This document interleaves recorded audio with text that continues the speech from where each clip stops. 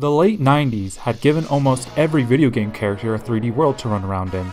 Mario, Sonic, even Bomberman. And though Mega Man games were still rocking the 2D, pseudo 3D plane, no one could deny the question coming, why not Mega Man? Enter Mega Man Legends, or Mega Man 64 for those with an N64. Compared to other 3D action platformers of the day, Mega Man Legends wasn't the prettiest, and made for the bad D-pad of the original PlayStation fame, but I want to convince you why the Mega Man Legends series is underrated and mega awesome. Reason number 1. Because he's Mega Man! Fighting robot, Mega Man! Oh wait, that's not always a good thing. Hey Zach! Why must I fight you? We are not enemies! Shut up! Mega Man Legends was also railed on because of its blocky, polygonal, shifty textures. But I found the way Capcom made the world charming. The world created within Mega Man Legends was made around the story, which I think is the preferred way to do it. Everything made has a reason for being there, which gives meaning to each and every structure. For example, the first ruin you find outside the town market was placed there because it's a remnant of a highly technological civilization. People called diggers go down to explore them in order to obtain energy to fuel their ways of life up above. Watch the enormous introduction in Mega Man Legends if you want to know more. With that cool sci-fi background, Capcom developed a killer soundtrack for all the Legends series games, while also sounding different to other Mega Man titles. The emphasis on different brass instruments and international variation keep the games upbeat and exciting. Don't believe me? Here's some rockin' examples.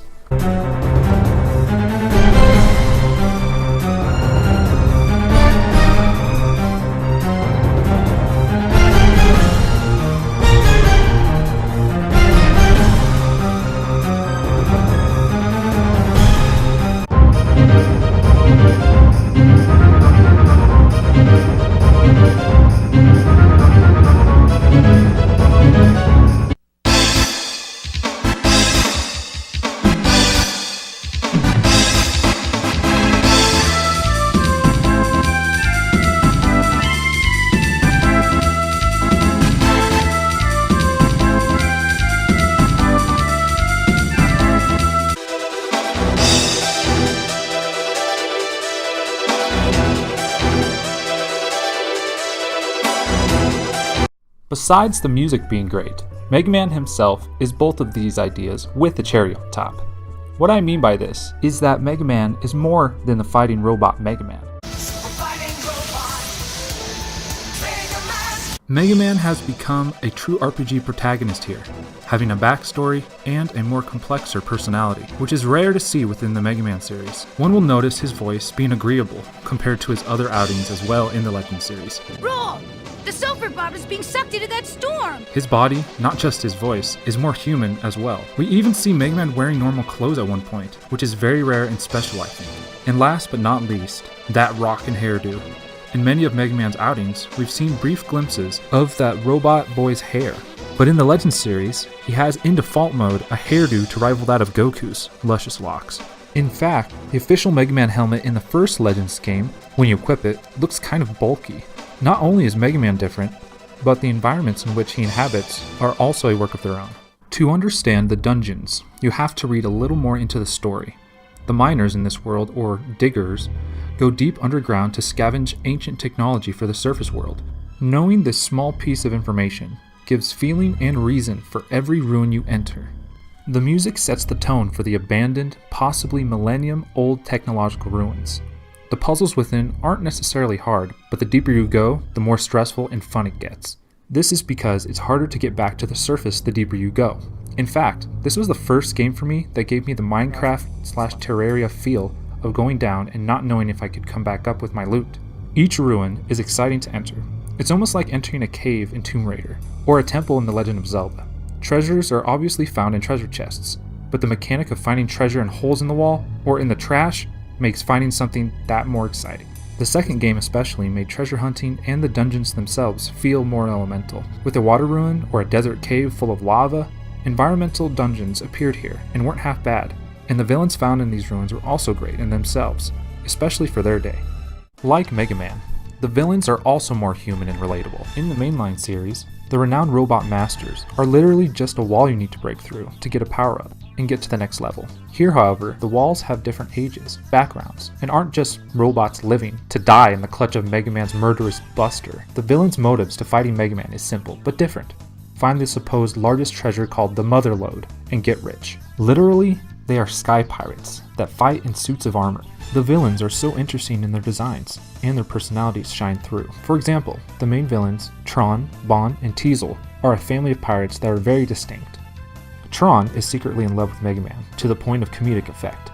Bon is a flippin' baby in a huge mech suit, and Teasel is the older brother with passion for paying off his financial debts. Other interesting villains include the famous Servbots, or Lego Men, have been in many other games, like Marvel vs. Capcom, or as a mask accessory in Dead Rising. Glide and his Birdbots, and the Reaverbots, which are robots working out of energy stored for thousands of years. There isn't just a few robot masters, there are hundreds, and each prove to be a unique challenge. Not only does Mega Man and his enemies have personalities, but also the supporting cast.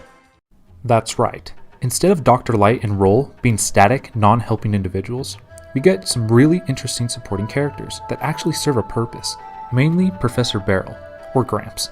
Data, the saving monkey. I'm so happy to save in this game. Monkeys and diapers dancing around just makes me happy. But let's focus on Roll here. She is so important. She's a mechanic and upgrades your weapons, and is overseeing repairs of everything. No longer does she stay in the lab doing something, but she's out on the front lines making machine guns, landmines, and rocket launchers. That's the Roll I know. Speaking of awesome artillery, the weapon upgrade system is akin to the synthesis or alchemy pot mechanics of Final Fantasy and Dragon Quest games. The only difference is there are fewer of them, which I really don't mind, and there are usually only one of that ingredient, or part in the overworld, so when you find one, it's like you found a diamond. It's awesome how versatile and different each weapon is, from landmines to mid and long range weapons. Long gone are the Robot Master's leftover cogs. Mega Man is honing trash cans, boys! And they're cosmetic and functional usually, which is above many classic RPGs these days. You actually need to find his classic helmet. You can also find parts that upgrade his jumping height, and skate shoes, everybody! Skate shoes! Mega Man did it before Jet Set Radio, minus the funky tunes and villainous graffiti artists. But it's the side quests with the main story that make it a worthwhile adventure. From buying Mega Man Buster parts, armor, and all kinds of upgrades, to aesthetics and various pieces of weaponry, the side quests are awesome. One of my favorites is completing the various minigames within the broadcasting building, because it's testing my control of Mega Man. But my most favorite minigame is... wait for it. Kick the can. In a normal game, a can is either stuck in one place or has no purpose. But here, in the shopping district, if you kick the can into a trash can or a specific shop area, you get money. Somehow. This is all possible because of a superpower Mega Man has never had before. Drum roll, please. Mega Man can kick. He has a designated kick button that is, from what I know, meant for 6 things. 1. Kicking cans. 2. Kicking Servbots. 3. Kicking rabbits. 4. Kicking pigs. 5. Kicking dogs. And 6. Kicking soda machines. But don't kick them too much. Mega Man doesn't seem to like animals in this series. But who needs them, right? Besides kicking the literal daylights out of stuff, side quests also involve repairing the town, filling a museum full of Reaverbot artifacts, backtrack treasure hunting, and finding parts for Roll to use to upgrade your weapons. Something to be noted, I like that the side quests aren't just reskinned fetch quests. They bring differing activities, adding to the list, digger license exams, quizzes, and so on.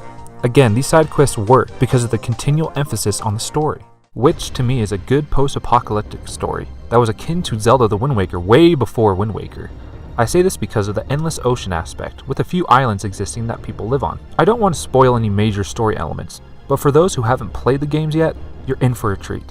The hope I've shown and explained to you all is that Mega Man Legends is awesome, and definitely a game series every gamer should play.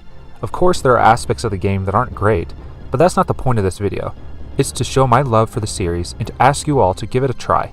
I hope you love these games as much as I do. Thank you. P.S. Viewers, Mega Man Legends 3 is still in the forefront of my gaming mind. I was devastated when it was cancelled. If you, like me, are still sad over this decision, Visit this website to sign a petition to restart Mega Man Legends 3. Nothing is certain, but we have to try. My Megabuster salutes you.